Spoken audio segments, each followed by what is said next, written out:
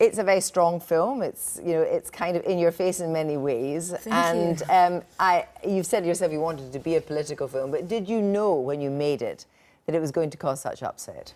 First of all, feminism, it's totally political, you know, to change the who's in charge and the power rules. So it's political. But I really didn't expect the whole mass around the movie.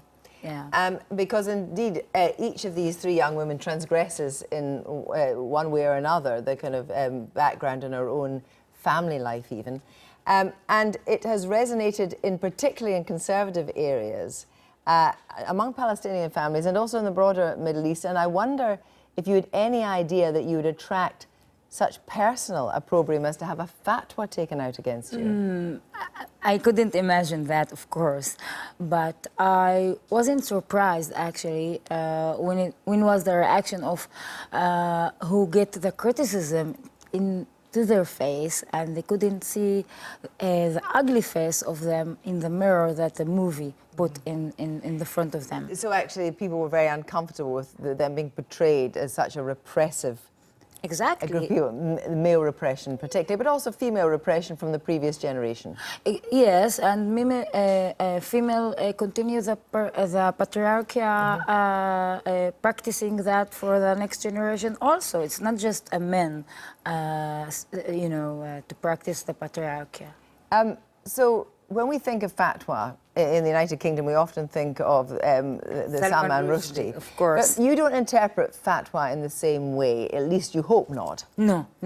It's so what not happened when you were issued the fatwa? It just was like kind of stampa for the whole movement that started it, the Al-Fahim's viewers, or even they didn't watch the small village where your character Noor came from. Yeah, exactly. It's just because it mentioned in the movie of the line Noor and Wissam, so they took it very personally, and they thought that it was a documentary in some way. And so what happened to you? Were you scared? What did your family think when your fatwa was issued? First of all, at the beginning, it was really scary because it was in a high level of hate speech and violent speech.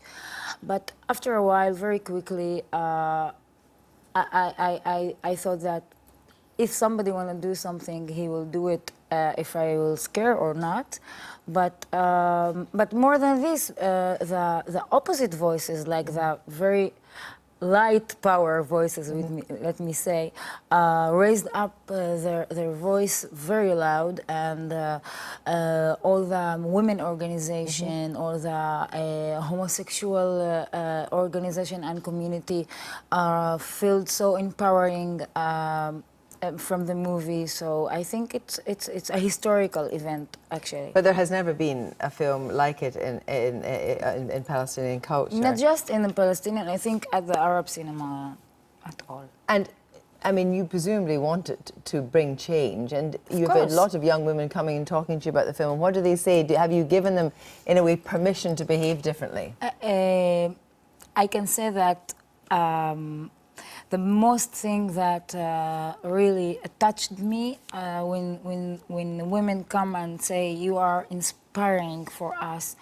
and I cannot ask for more than this. For if I affected one woman, or not just a woman, of course, we need the men beside us to change the reality. Yeah. Thank you very much indeed. Thank you.